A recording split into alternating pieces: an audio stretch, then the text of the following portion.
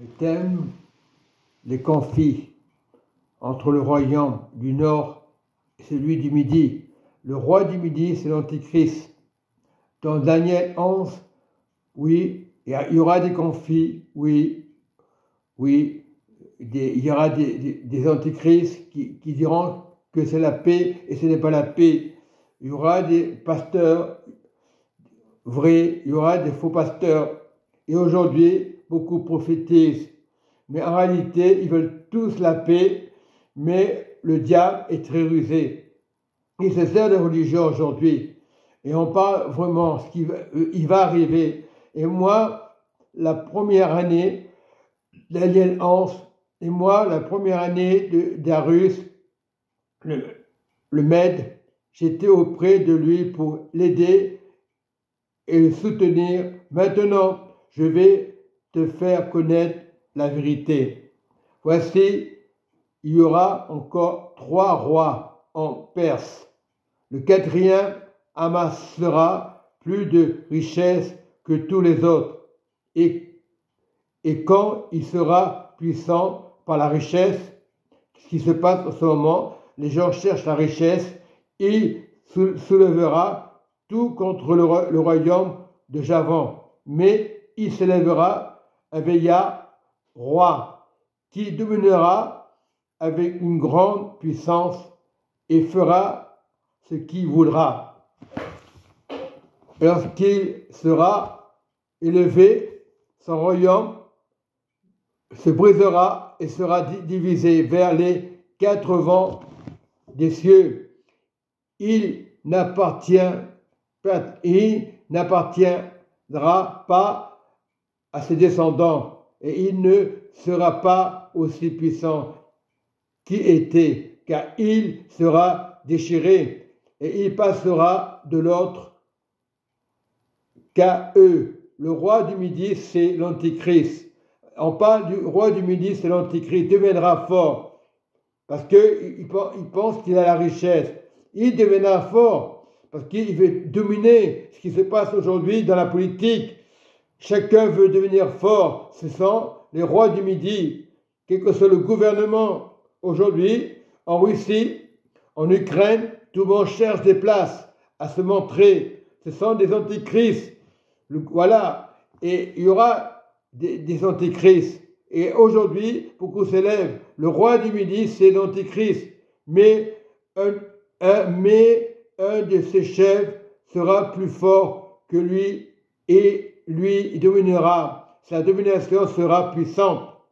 Au bout de quelques années, ils sailliront et la fille du roi du Midi, qui est l'Antichrist, viendra vers le roi du Septorient pour rétablir la concorde. Mais elle ne servira pas la force de son bras et il ne résistera pas ni lui ni son bras. Elle sera livrée à eux, à ceux qui l'auront amenée, avec son père et avec celui qui aura été son soutien dans ce temps-là.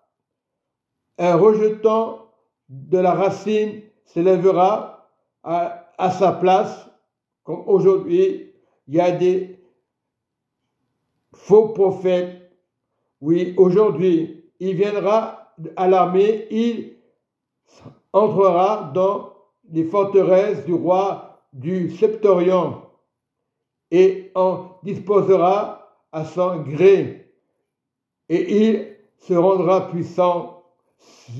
Il enlèvera même et transportera en Égypte leurs dieux, leurs faux dieux et leur image métal fondu. Voilà les antichrists. Voilà les antichrists. Et leur objet précieux, l'argent et d'or. Puis il restera quelques années éloigné du roi du Septorient.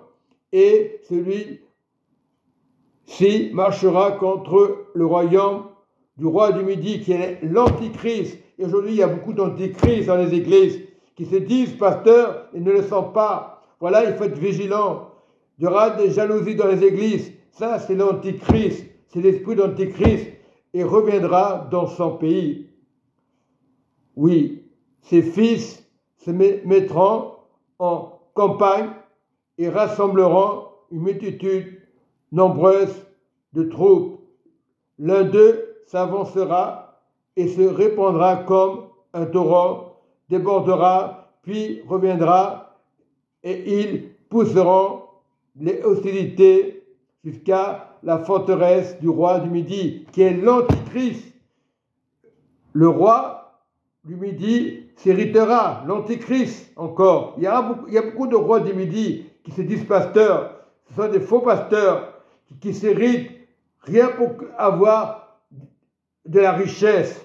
Mais la richesse appartient à Dieu. Lorsque tu te mets en accord avec le Saint-Esprit, avec le royaume, il va t'envoyer la richesse. Pas pour dire « je suis plus riche que toi ». Aujourd'hui, il y a des pasteurs, il y a des présidents. Ça ne veut pas dire que tout le monde est faux. Il faut aller à la repentance, sortir des esprits, de cet esprit qui attire les gens dans l'argent, dans la division. Et c'est ça qu'aujourd'hui, on se dispute à cause de ça. Le roi du Septentrion soulèvera une grande multitude et les troupes du roi du Septentrion seront livrées entre ses mains.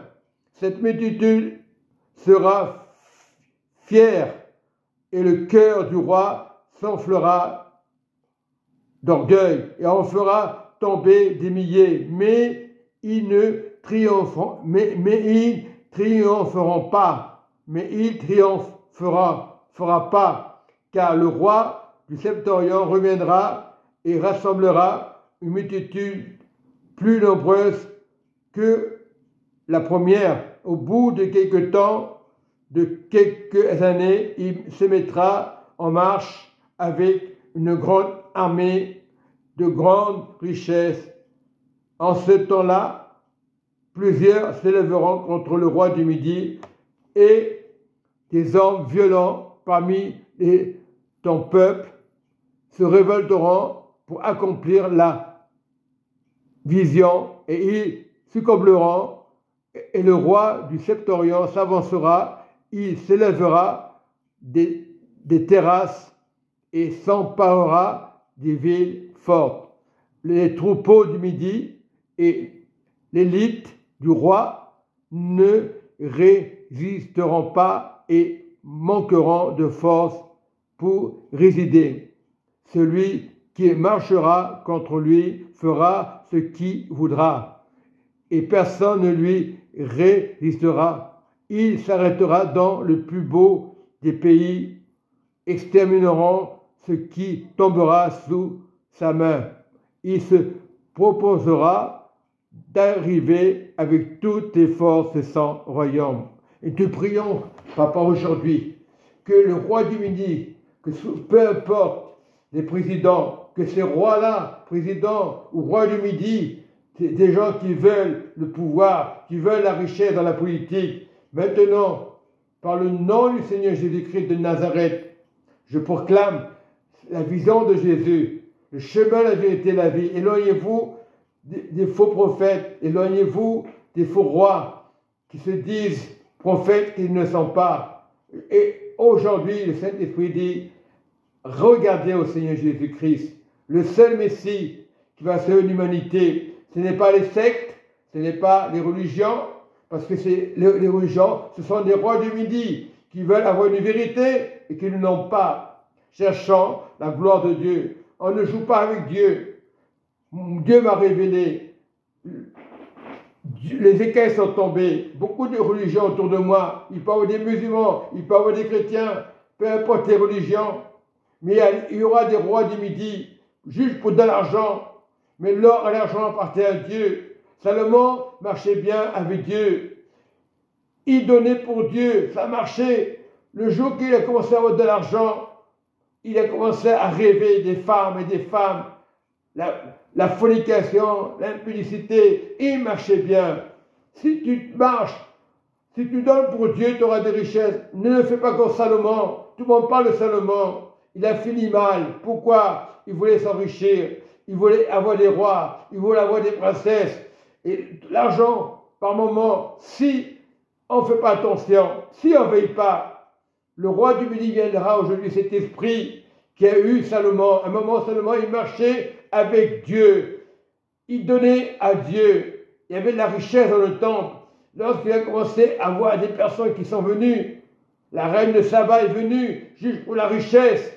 Il s'est laissé endoctriner par une femme qui voulait de la richesse, qui voulait son argent juste pour se servir. Mais aujourd'hui, c'est pareil. Il y a même des femmes qui se disent prophètes parce qu'on leur donne toute autorisation dans les assemblées. Et il y a comme de femmes qui sont avec le roi du Midi. Ils paraissent belles, gentilles, des belles paroles. Oui, inconsciemment, ils ne se rendent même pas compte. Ils pensent que c'est de Dieu. Mais je te rends grâce, papa, d'éloigner ces gens-là. Voilà, il y aura des pasteurs, des vrais pasteurs. Mais les vrais pasteurs, on va s'éloigner. Comme moi, je prophétise le Seigneur. Je ne prophétise pas des visions d'église. J'ai compris qu'il faut des visions, mais restons avec Jésus-Christ de Nazareth. Sortons du roi du Midi. Je ne suis pas le meilleur. Je suis qu'un homme. Je peux pécher à tout moment, mais je veux rester avec Jésus. Je veux rester avec l'amour de Jésus, avec la grâce de Jésus, l'amour, la sainteté, le marcher avec la bannière de Jésus. Il y aura des faux pasteurs, c'est vrai. On va croire que ça vient de Dieu. À un moment, les gens partiront. Ce n'est pas que Dieu veut diviser. Dieu veut mettre de l'ordre dans les assemblées. Il y a comme des pasteurs disent le pauvre pasteur est en prison parce qu'il dit la vérité. Non, il faut arrêter tout ça. Non, il ne faut pas maudire les hommes de Dieu.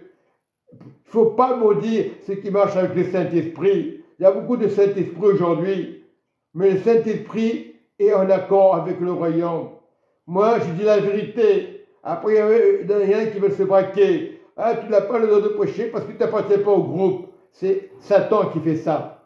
Parce qu'un homme de Dieu, il peut tomber à tout moment, c'est vrai. Je suis un pécheur, mais Dieu m'a relevé. Dieu m'a relevé. Le diable m'a accusé. Les gens m'ont accusé, mais Dieu m'a relevé. Ce n'est pas de l'orgueil. J'enlève tous les signes d'orgueil dans ma vie. Je sois humble, papa. Dieu résiste aux orgueilleux, mais je suis humble maintenant. Celui qui n'est pas d'accord, ce n'est pas grave. Celui qui n'est pas d'accord, c'est qu'il n'est pas humble. C'est qu'il veut s'emparer de la richesse, des dominations, des églises. C'est bien de lire la Bible. C'est bien de faire des séminaires. C'est bien de créer des choses pour les jeunes. Mais faites attention. Soyez fidèles à Dieu. Soyez bénis. Dieu vous aime. Jésus-Christ vous aime. Amen et Amen.